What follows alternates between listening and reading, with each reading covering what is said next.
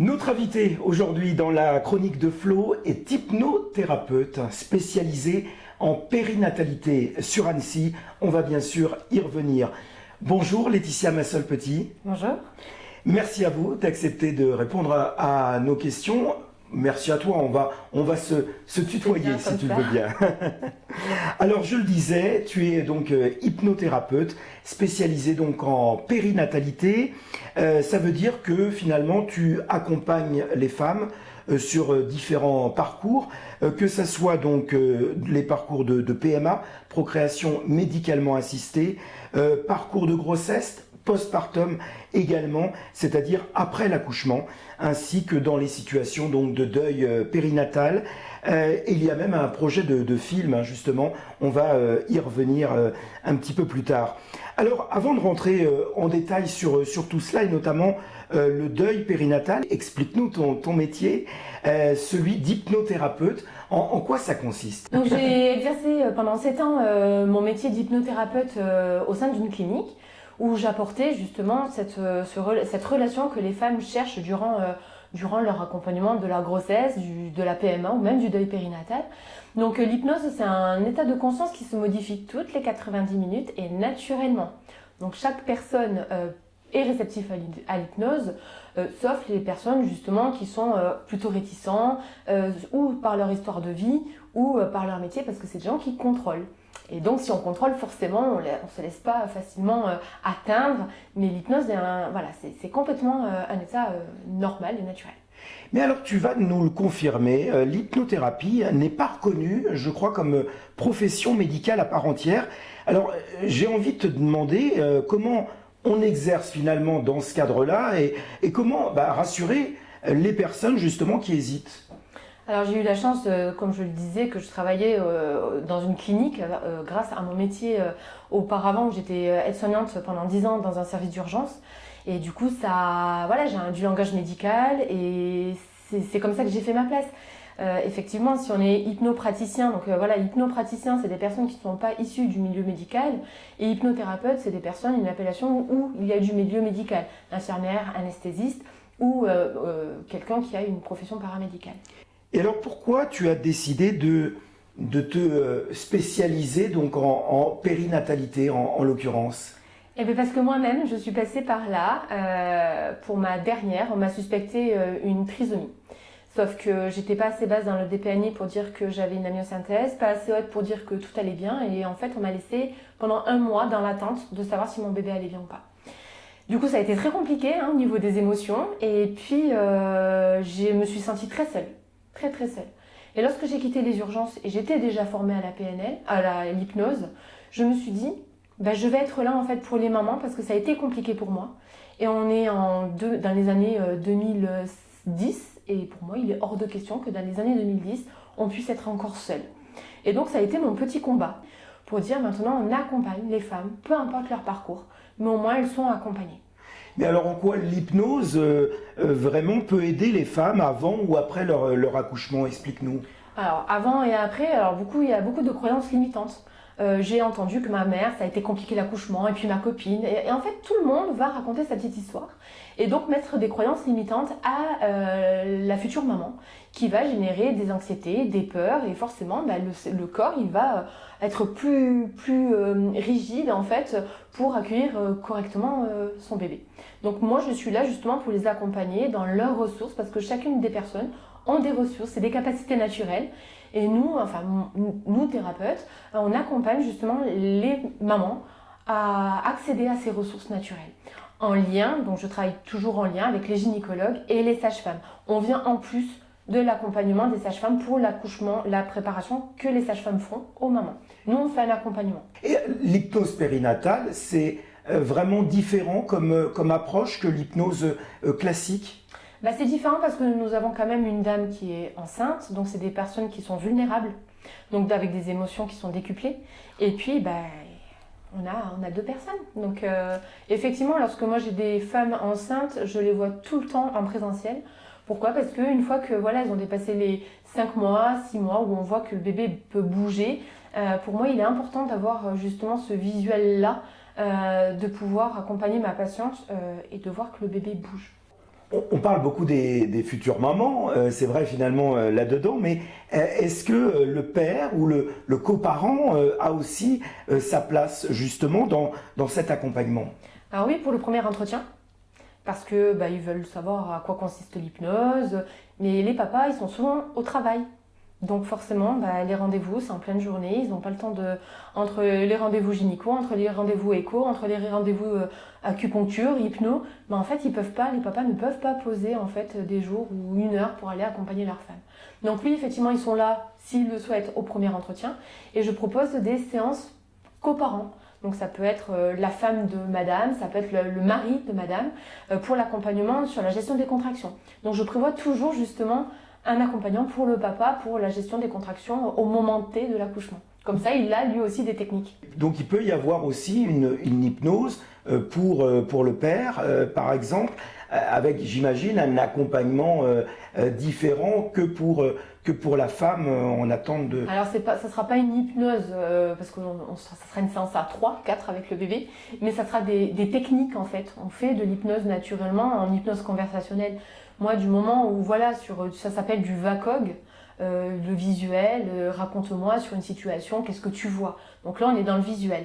Et qu'est-ce que tu entends, du coup, quand tu es dans cet environnement-là?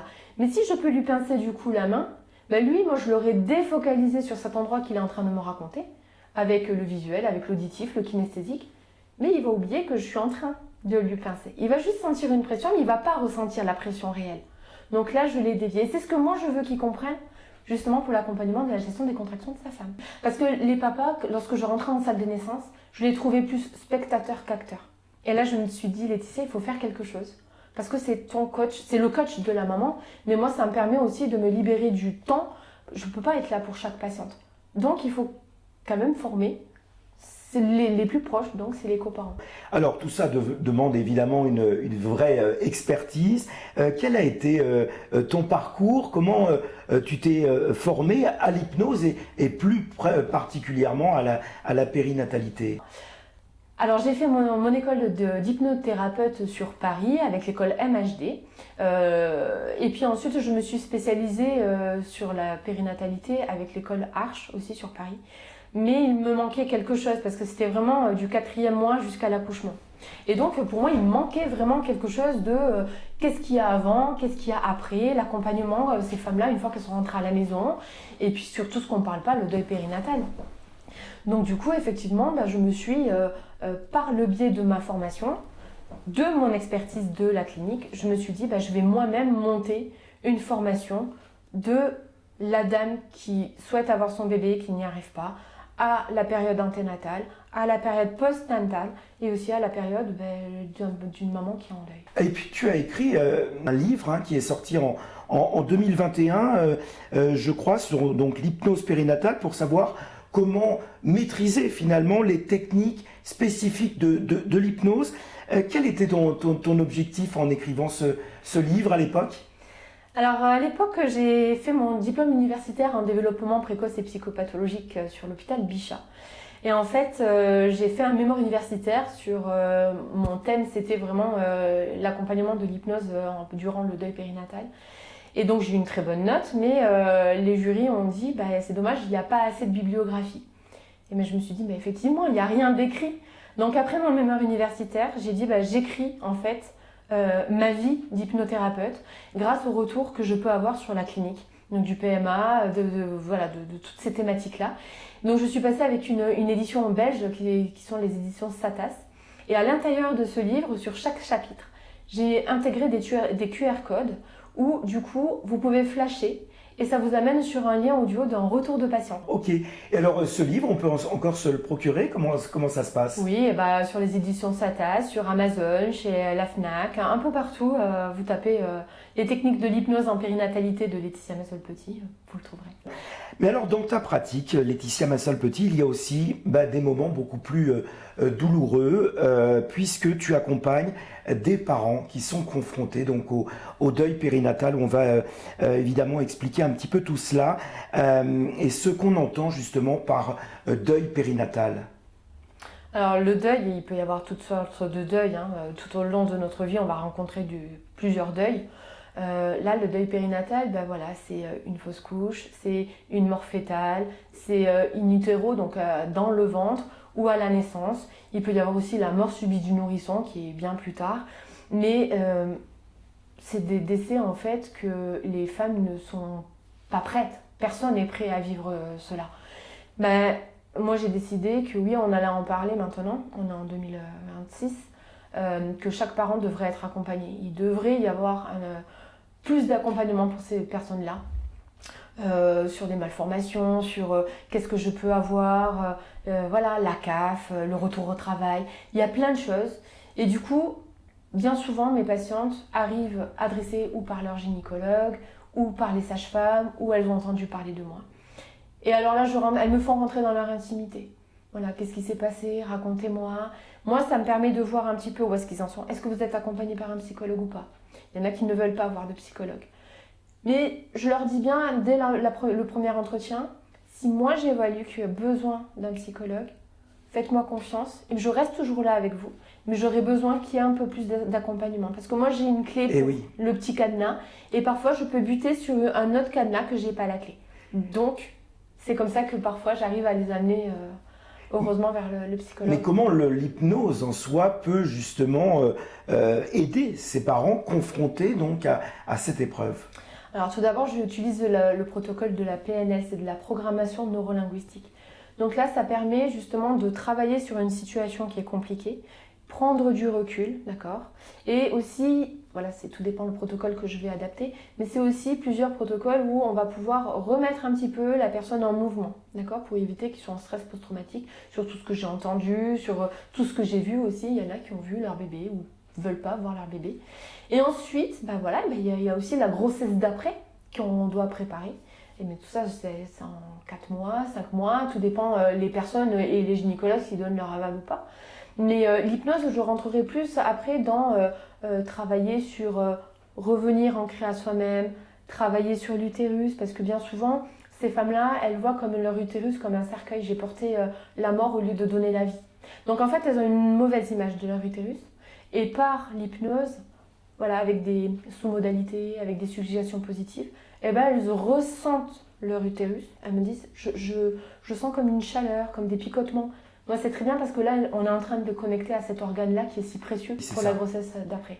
Et chaque hypnothérapeute peut fonctionner différemment finalement? Il y a des protocoles, mais chaque personne va apporter sa touche personnelle. Alors, tu adaptes cette pratique aussi selon qu'on accompagne, que tu accompagnes un deuil ou une naissance, évidemment, j'imagine. C'est ça. Je prends en compte ce que la personne me dit. Un protocole reste un protocole. Bien souvent, je tricole autour du protocole, mais le tout, c'est qu'il y ait quand même l'objectif qui soit atteint. Et bien souvent, c'est très réussi. Et face à ces situations, cette problématique de deuil périnatal, tu as ressenti le besoin d'aller plus loin, justement, dans la sensibilisation. Et tu as donc pour projet de faire un film autour du deuil périnatal. Alors, est-ce que tu peux nous expliquer, justement ? Alors oui, je pensais qu'avec mon mémoire universitaire, ça allait pouvoir un peu bouger les choses. Et en fait, je me rends compte que non. Donc j'ai décidé de taper un petit peu à la porte de tout le monde. Donc j'ai un ami qui m'a conseillé, qui fait des scénarios, qui m'a dit, écoute Laetitia, ce qui serait bien, c'est que tu puisses récupérer un maximum de témoignages. Donc là, j'ai lancé un appel sur Instagram, sur Facebook. Donc oui, mon compte Instagram a explosé parce que du coup, de 8000, 11 400 vues. Et en fait, au départ, j'avais des témoignages de mes patientes. Et puis au final, j'ai eu des patientes de partout en France. Même de Belgique, je crois. Et ça a navigué dans toutes les époques, parce que le dernier que j'ai, c'est 1999. Et on sent que ces femmes, elles ont besoin de raconter leur histoire. Et à travers ce film-là, je me dis, si moi j'en suis capable, accompagnée de chaque personne qui ont vécu, on va peut-être pouvoir faire bouger des choses. Sur le retour au travail, sur comment aborder le deuil périnatal, la place à la fratrie, la place du bébé suivant. Enfin, je pense qu'il y a un gros travail dessus. Et voilà, je cherche des producteurs qui aimeraient me suivre. Et je crois que tu as déjà commencé à contacter des maisons de production. Hein. J'ai commencé, après il me faut de l'apport, des témoignages. Donc là, c'est ce que je suis en train de recueillir. où j'ai commencé à avoir voilà, des témoignages audio, écrits, en vidéo aussi, parce que c'est voilà, les producteurs, pour écrire une histoire, ils ont besoin de s'imprégner malheureusement de l'histoire de ces gens-là avec leurs émotions, leurs gestes. On parle bien d'un film et non pas d'un documentaire. Un film. Là, ça serait vraiment une histoire je laisse le suspense, mais dans ma tête, j'ai mon scénario et je veux vraiment qu'il y ait une éducation sur de l'annonce. Parce que bien souvent, les annonces sont faites brusquement et les parents, voilà, il y a des mots qui sont compliqués. J'ai bien compris, il y a l'accouchement aussi d'un bébé sans vie. Voilà, il y a toutes ces thématiques-là. Le retour à la maison, être soutenu par la famille, comment je peux soutenir ma fille, mon enfant, enfin, c'est compliqué.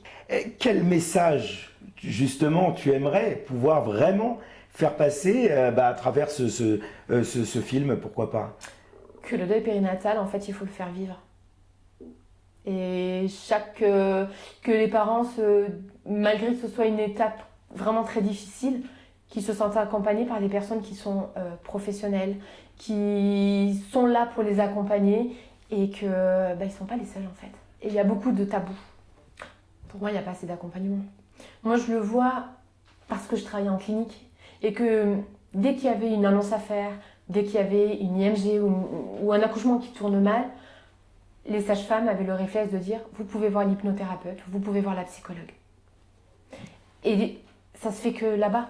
Donc c'est vrai que par ce film-là, par ce documentaire-là, que ce soit automatique de dire « vous savez qu'il y a ça qui existe ». Et de se dire « ouais, j'ai le droit, ça existe, je vais être écoutée et accompagnée », c'est top. C'est top. Eh bien, le message est passé, en tous les cas, on l'espère.